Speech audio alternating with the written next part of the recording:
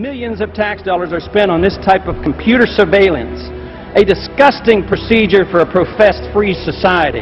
They're overstepping the bound. Just the other day, they walked into somebody's house. They suspected he was a drug dealer. He was using his automatic selector, and then police marched in, and they said, it looked like a gun after they killed the man. In America! Is that what America's all about? I'd say no. We want privacy. Less government for individual liberty, get the government off our backs, a more sensible foreign policy. I'm very disappointed that so far in this Congress we have not yet seen any sincere effort to cut any spending. There's something wrong here that could and should be adjusted with decreased spending, not raising taxes, and not further robbing the Social Security Trust Fund. The more we threat, the more we intimidate, the more we want to bomb people, the more we're leading into another fiasco like Vietnam. We trade with Vietnam now. That's a much better way than trying to impose our will on Vietnam by going over there and dropping bombs. So I would say that this just points out again that we have a very, very poor foreign policy in the Middle East. I wish the Congress would address the unconstitutionality of presidents waging war. That, to me, is a lot more serious than Monica Lewinsky, let me tell you. The corporations are in bed with the government. Peace and harmony can never be achieved by bombs and intimidation. Mr. Speaker, over the last 3 to 4 years, I've come to the floor on numerous occasions trying to sound a warning about both our foreign policy and our monetary policy. The cause is the Federal Reserve. The cause is the problem is the Federal Reserve has been granted authority that is unconstitutional to go and counterfeit money. And until we recognize that and deal with that, we will continue to have financial problems. The Federal Reserve credit created during the last 8 months has not stimulated economic growth in technology or the industrial section, but a lot of it ended up in the expanding real estate bubble. This too will burst, as all bubbles do. During the next decade, the American people will become poorer and less free.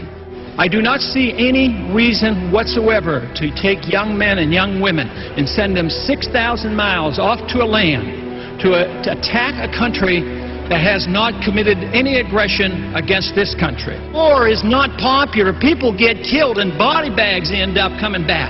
I don't want anybody's legs shot off for some reason that is not justified, and it's not a declared war. I think that should be the litmus test of everybody in this country and everybody over on the Hill too. If this war is worth fighting, are you willing to go and lose your legs, lose your life, or send your kids or send your grandkids? Will our country become freer, richer, safer, and more peaceful? Or will we continue to suffer from lost civil liberties, a stagnant economy, terrorist threats, and an expanding war in the Middle East and Central Asia? Is it not possible that George Washington's admonition to avoid entangling alliances is sound advice even today? Both candidates supported the war in Iraq and the continuation of it. Both supported the Patriot Act and its controversial attack on personal privacy. The true patriot will repeal the Patriot Act, is what they will do. Both candidates supported increased spending in almost all categories. I'm the most conservative member here. I have voted, against more spending and wasting government than anybody else. Freedom, prosperity, and peace. Just come home. We just marched in. We have allowed our nation to be overtaxed and overregulated and overrun by bureaucrats. The founders would be ashamed of us for what we're putting up with. A system designed to protect individual liberty will have no punishments for any group and no privileges. Today, I think inner city folks and minorities are punished unfairly in the war on drugs. I think this is not a consequence of free markets. What's happening is there's transfer of wealth from the poor and the middle class to the wealthy. This comes about because of the monetary system that we have. When you inflate a currency or destroy a currency, the middle class gets wiped out. So the people who get to use the money first, which is created by the Federal Reserve System, benefit. So the money gravitates to the banks and to Wall Street. So that's why you have more billionaires than ever before. Today, this country is in the middle of a recession for a lot of people. Michigan knows about it. Poor people know about it. The middle class knows about it. Wall Street doesn't know about it. Washington, D.C. doesn't know about it, but it's because of the monetary system and the excessive spending.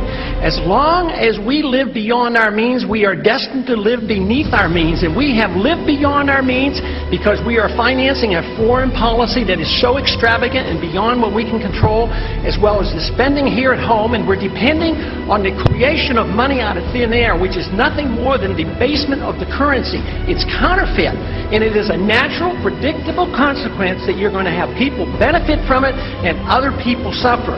So if you want a healthy economy, you have to study monetary theory and figure out why it is that we're suffering, and everybody doesn't suffer equally or this wouldn't be so bad. It's always the poor people, those on retired incomes, that suffer the most. But the politicians and those who get to use the money first, like the military-industrial complex, they make a lot of money and they benefit from it. It is our job to check up and find what the Federal Reserve has done, audit them, and find out who their buddies are that they're taking care of.